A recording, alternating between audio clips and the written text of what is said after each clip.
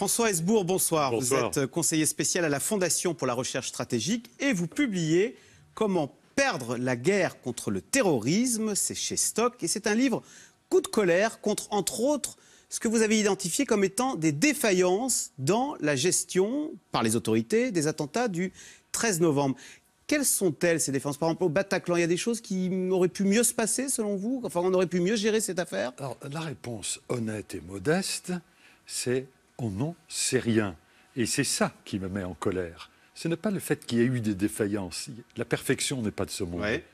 Ce qui me met en colère, c'est que le gouvernement a refusé, par principe, toute commission nationale d'enquête pour comprendre ce qui a fonctionné, comme au Stade de France, et ce qui a dysfonctionné, comme au Bataclan. Si on veut éviter la répétition des erreurs, il faut une commission d'enquête et pas seulement une commission parlementaire. La commission parlementaire qui fait son travail. Pourquoi dites-vous au Stade de France ça a fonctionné, ça a été bien pris en charge, et au Bataclan, vous soupçonnez qu'on nous cache des choses et que ça ait moins bien fonctionné? C'est pas qu'on nous cache des choses, c'est qu'on nous les dit pas.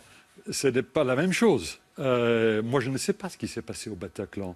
L'électricité, elle a été coupée, elle n'a pas été coupée. Si elle a été coupée, quand est-ce qu'elle a été coupée? C'est un point qui peut apparaître comme étant mineur, mais quand vous êtes un otage, vous préférez ne pas être exposé au vu du terroriste qui va vous tuer. Voilà, vous dites qu'il y avait une chose toute simple à faire au Bataclan, qu'on aurait dû faire, peut-être l'a-t-on fait, mais on n'en sait rien, c'est de couper l'électricité. Voilà. Par exemple. Voilà. Mais en fait, je livre cet exemple, mais je n'en sais rien.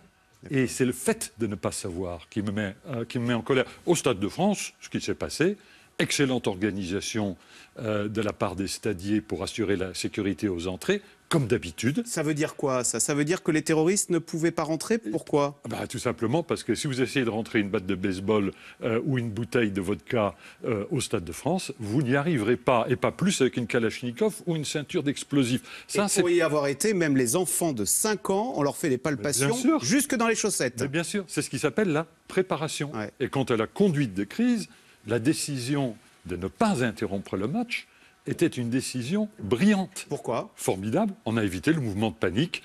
2 mois avant... Si on avait dit, il est 20h38 ou 21h38, il y a des choses épouvantables qui se passent, rentrez chez vous, on aurait créé une panique avec les 70 000 supporters? 2 mois plus tôt, à la Mecque, vous avez 2200 personnes, un peu plus, qui ont été piétinées dans une bousculade provoquée par un mouvement de panique. La panique est quelque chose d'épouvantable.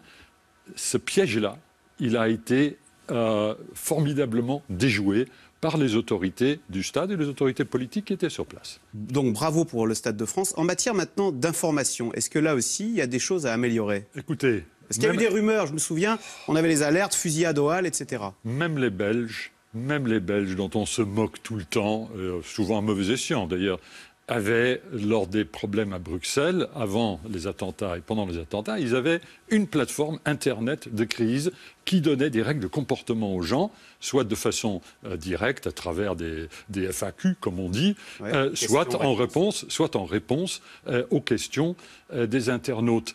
Et on sait depuis les attentats de Londres et de Madrid, il y a plus de 10 ans, qu'il faut faire ça. Les Britanniques, d'ailleurs, l'avaient fait à l'époque. Eh bien, nous, les Français... on ne l'a pas fait. On a 140 fonctionnaires qui s'occupent du service d'information du gouvernement. Le vendredi soir, visiblement, ils ont dû communiquer en disant n'allez pas dans tel quartier de la République, ne courez pas, etc. Moi, mon aîné était dans le quartier. Oui. Et je tentais de ramasser, comme tout un chacun, les bribes d'informations, les fausses alertes aux Halles, la possibilité avérée, au demeurant, d'un attentat dans le 18e, etc. Il fallait que je lui dise, tu bouges pas, ou si tu sors, tu vas dans tel endroit. Mais il n'y avait personne pour me guider. Et encore, moi, je ne suis pas le plus mal chaussé, honnêtement. D'accord. Donc, quand on dit l'État français est centralisé, efficace, il y a une police qui marche, tout ça, c'est un mythe un peu. D'ailleurs, même vous égratignez nos services secrets, vous dites qu'ils ne marchent plus, ils ont été consciencieusement désorganisés. Alors, les services de renseignement, ceux qui n'ont pas été désorganisés, ont bien fait leur travail. Hein. Là, pour le coup, qu'ils étaient tous fichés S, quand même. Ils étaient tous fichés S, etc. Les radars fonctionnaient. Par contre, Et là, ça s'est passé sous le gouvernement précédent. C'est pour ça que les critiques que j'émets, elles ne sont pas partisanes. Ouais, vous critiquez Nicolas Sarkozy qui a supprimé les RG. Il a supprimé les RG et il a marginalisé la gendarmerie en tant que mécanique de recueil de renseignements sur les 90% et plus de territoires. Nicolas Sarkozy disait les forces de police ont autre chose à faire que de jouer au rugby ou au basket dans les des quartiers. matchs de foot, absolument. Voilà, lorsqu'il était ministre de l'Intérieur, il avait fait passer ce message à la police toulousaine, en l'occurrence, le pays de rugby.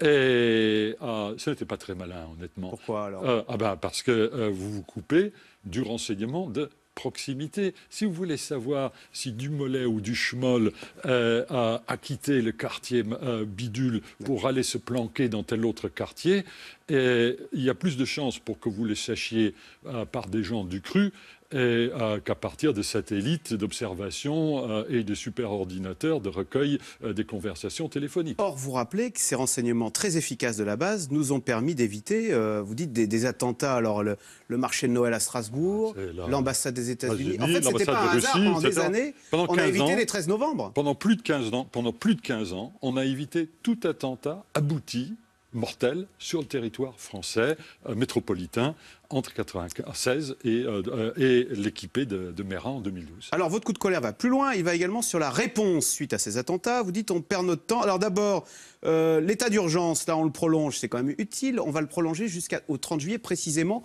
pour qu'il couvre l'Euro de football où va y avoir toute l'Europe dans les stades. L'état d'urgence, il y a deux problèmes. Le premier, c'est que l'état d'urgence, c'est bien entendu un recul par rapport à nos valeurs. Il faut l'accepter au nom de la sécurité. C'est comme en stratégie. Effectivement, il y a des moments où il faut savoir battre en retraite. Voilà. Mais battre en retraite, c'est un instrument, c'est pas un objectif.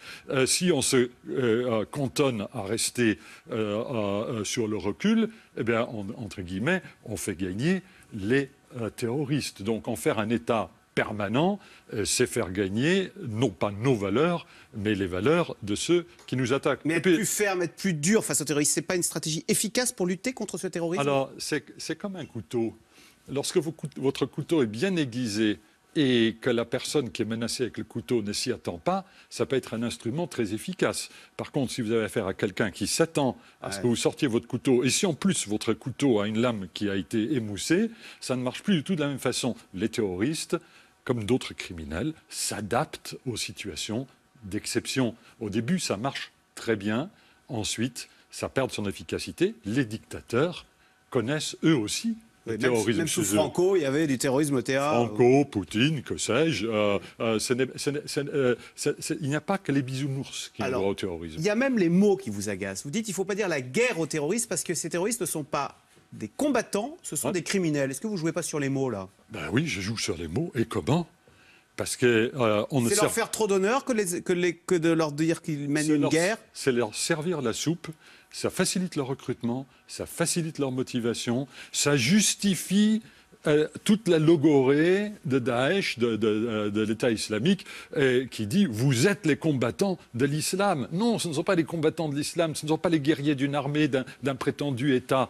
Ce sont des petits salopards, des criminels, des raclures de banlieue ou d'ailleurs. Et très franchement, il ne faut pas rentrer dans ce jeu-là, qui était le jeu de George W. Bush aux États-Unis. C'est le seul à l'avoir fait. D'autant que, dites-moi si je me trompe, mais quand on est combattant, quand on fait la guerre, on a droit aux conventions de Genève. Bien entendu. Ça, voilà. c'est pas franchement ma préconisation. Merci beaucoup François Hesbourg donc pour ce coup de colère, coup de gueule même vous dites parfois dans les interviews contre cette réponse et cette manque de préparation face à ces attentats. Je rappelle votre livre donc Comment perdre la guerre contre le terrorisme chez Stock. Merci. Merci à vous. Restez avec nous tout de suite. Yves Calvi, c'est dans l'air. Les défilés du 1er mai hier ont été émaillés de violence. Ce désordre social est-il du pain béni pour le Front National qui rassemblait ses troupes hier à Paris autour de Marine Le Pen? Et puis dans ce contexte, François Hollande multiplie les cadeaux aux fonctionnaires, aux agriculteurs et maintenant aux enseignants. C'est tout de suite, c'est dans l'air, Yves Calvi.